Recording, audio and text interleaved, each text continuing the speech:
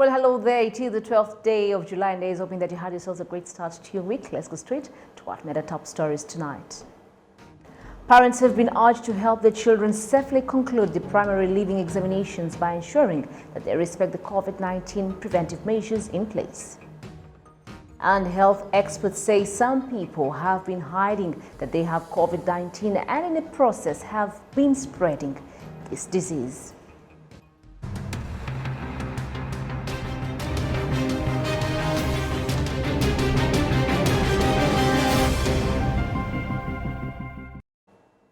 A very good evening to you and welcome to RTV News with me, Fiona Mbabazi. Now, parents have been urged to help their children safely conclude the primary leaving examinations by ensuring that they respect the COVID-19 preventive measures that have been put in place. The students began the exams on Monday and will continue until Wednesday. Serge Nori kicks off tonight's edition with that story. The exams begin as the COVID-19 pandemic in Rwanda continues to spread faster, and the students we spoke to said they prepared well despite that. You see, the coronavirus pandemic prevented us from sitting for the exams last year, and this time around I have really studied my math and did a lot of revision, and so I am ready to pass these national examinations.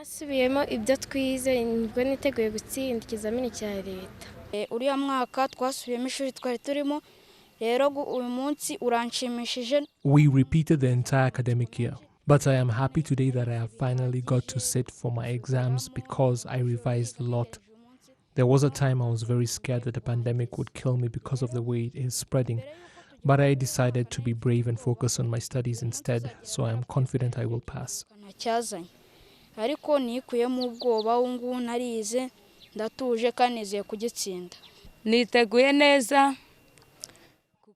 I'm ready, but I was afraid that the exams would be postponed again and that I would have to repeat P6 again.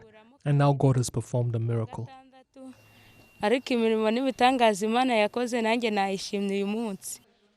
Education officials are also confident the exams will go well. Generally, the exams were delivered to the centers on time and the supervisors also reported on time, and so did the students. As for these extraordinary times we are living in, the preparations took that into account. Every student is sitting on their own desk and social distancing is being respected. Everyone has their own equipment, so there is no lending, which could help spread the virus. We are also reminding them that after they are done with their exams for the day, they should go straight home. We are also reminding the general public, especially parents, that they should ensure that their children respect the preventive measures, lest they contract the virus on their way to or from the examination centers. Site supervisors say no problems were encountered on day one and commend the way the exams were prepared.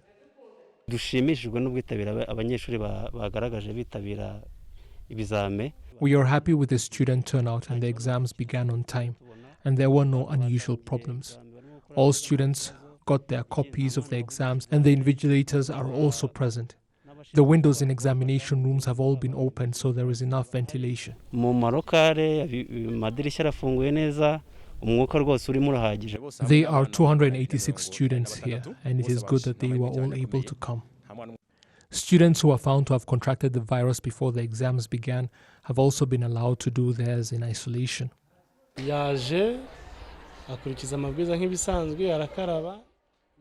The student came in and followed all the usual regulations like washing their hands, and in the examination room, there was a desk and sanitizer. The invigilator was also appropriately dressed for protection from the virus, the way doctors do.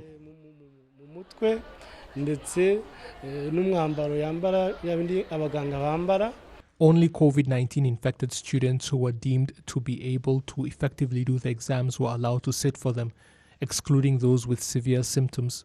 They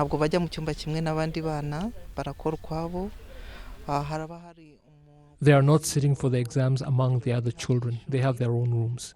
Medical personnel are also present to ensure that everything is done properly, including how their papers are stored after the exams are over, taking into account that they must be left aside for at least 10 days for the virus to die, as per instructions from health authorities. Preventive measures are in place, but these procedures apply to kids who are not very sick. Up to 50 COVID-19 positive students are sitting for the exams out of the 254,678 that registered, 31,409 less than the last time the national examinations were held. Health experts say that some people have been hiding that they have the COVID-19 and in the process have been spreading this disease, while others in home-based care are now calling to be transferred to hospital. As the number of new COVID-19 infections increase, so does the number of home-based patients, while others are taken critically ill. However, some disregard the advices given while under home-based care, a thing many note is dangerous. We have different understandings and mentality. We tell someone that they have COVID and instead of going into isolation, they go around in town like Muhima and Nyamirambo and other places. It beats reasoning, but intentional spreading of this disease is dangerous. Others will make follow-up calls and they rudely answer to you.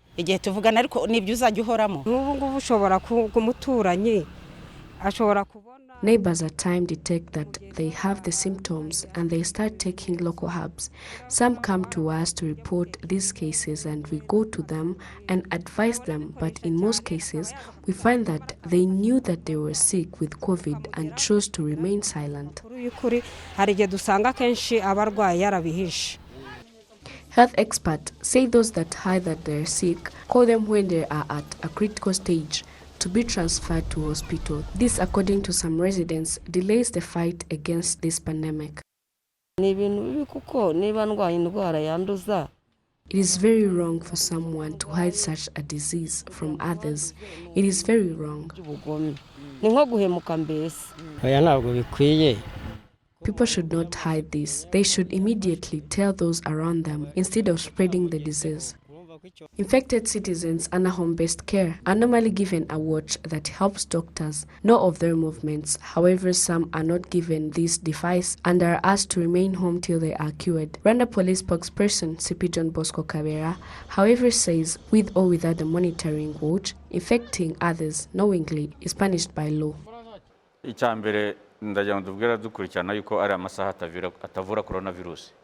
The watchers do not protect, nor do they treat the sick. So moving around because you are not wearing the monitoring watch and infecting others is not respecting the laws, and one can be punished for this in accordance with the law.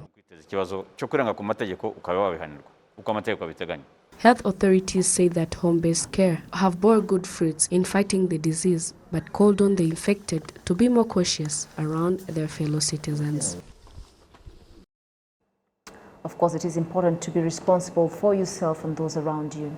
Now, businessmen and women in Muhanga district have expressed concerns about the Delta variant of the COVID-19 virus that they believe is responsible for the rapidly increasing number of infections. However, authorities in the district have imposed special measures they say will be lifted only after local residents respect and yield the good results. Giselle Muganeza continues.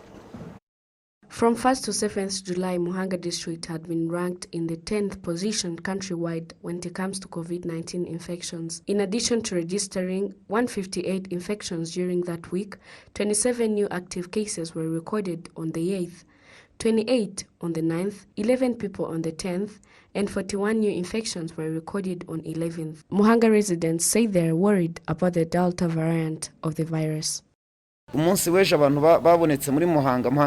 Currently, Muhanga is on the 3rd position in having the most infections, which shows that COVID is changing. What should be done is to keep on respecting the measures and protect ourselves. Even though Muhanga district is not among the districts that were given special measures as part of the cabinet resolutions, the district decided to add more measures, and churches in Shogwe and Nyamavuye are closed. Some markets are also temporarily closed except food vendors and shops that sell agricultural produce and other processed foods. Muhanga district officials say that extra measures will be revoked depends on how the residents will behave. These are decisions we took ourselves in accordance with all authorities in charge. If we manage to reduce the rate of infections and feel less afraid than we are today, we may change those decisions. It will depend on the number of infections. Businessmen and women in the district say that respecting the measures in place to fight the spread of COVID-19, especially in mass gatherings, could lead to the decrease in infections in this district because of the fact that in last 2 weeks, almost 100 cases would be recorded per day. 50% of people that usually work are sitting home, another 50% is working, 25% work during the day, and other 25% work at night. When movements have decreased and the sick one stays at home while taking medication, he gets better and probably he won't meet other people to infect him. We have hope that if movements have decreased, infection will also decrease. The Private Sector Federation representative in Muhanga District, Juvenal Chimonyo, is urging the business community to value the lives of their beloved ones and customers by respecting the preventive measures in place. They should not care about just profits. They should accept making losses for a short period of time and first fight the pandemic. And I believe that after fighting COVID-19 effectively, we will once again be able to do business freely. I request each and everyone to fight this pandemic, and I believe that we shall win this. Health officials are urging the local residents to keep on respecting the measures in place to fight the spread of COVID-19. Almost 47,000 infections have been recorded since COVID was first detected in Rwanda in March last year, and 42% of those infections were recorded in June and July this year. Sheslan Mugwaneza, RTV News. To agricultural matters now, farmers in Gatsibo district say they are no longer afraid of the drought, which had made significant impact on their livestock, especially in the eastern province. Now, this comes after they participated in a program to teach them how to multiply seeds meant to grow pastures for grazing. Jade Ungari with the details. In Nyargwambu marshland, located in Nyabitwamba cell in Gatsibo sector, on an area of about 1 hectare, a livestock farmer informed us of the different types of grass he grows for cattle. This was an initiative that was facilitated by training from the Rwanda Agriculture Board, RAB, as well as the RDDP project for the advancement of dairy cattle and free fruits. Those who joined the pasture program were found to be already farmers. In addition to providing grass for their cows, the program is also expected to generate revenue. The first thing is grass to help the cows to produce more milk. Then we can be able to start a business on the side, which will help us gain more income. After I'm done growing pastures for grazing, I will store the seeds and store some of the grass as well to make hay. There are currently more than 20 grass seed growers in Gatsibo district. This type of grass is being harvested to help increase milk production from cows. The Gatsibo District Administration has since said that the program will help farmers increase the amount of milk to 45,000 liters of milk collected per day from 5 collections in this district. There are about 100,000 cows in the district. The Agriculture Station Manager of the Rwanda Agriculture Board in Nyagatare says the presence of farmers in the seed multiplying and pasture growing program is a testament to the progress of the livestock sector. He also assures that RAB will continue to be close and help them.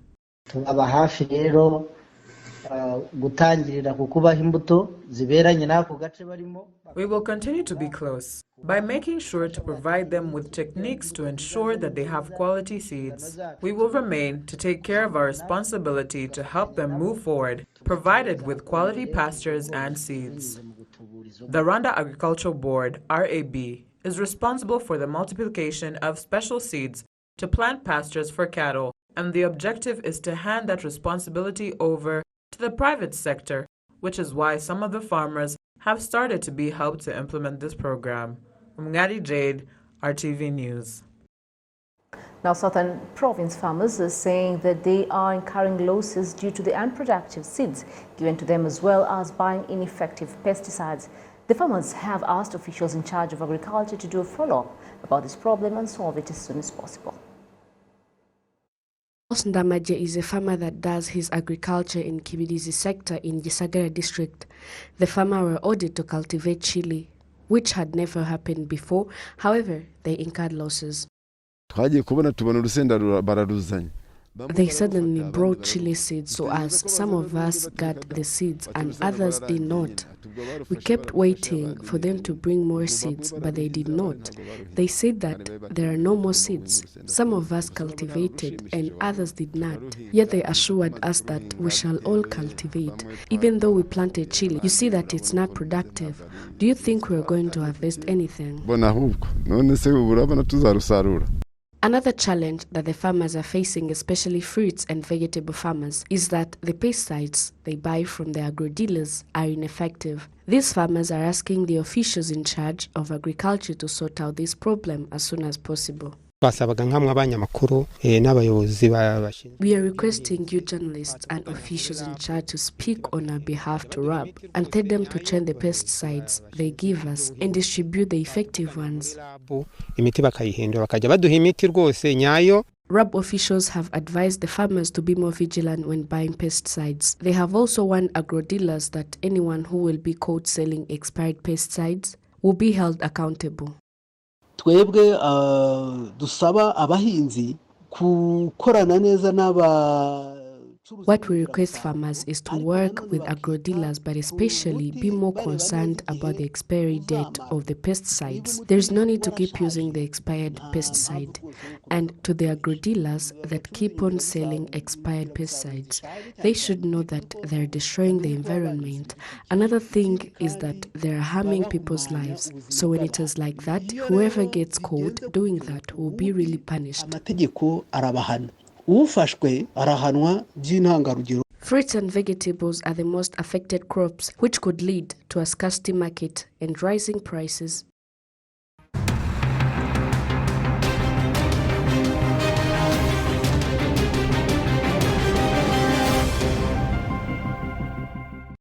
On behalf of the entire news team that made this news possible, led by my news director, Jean-Vier Morenzi, thank you very much for being part of us.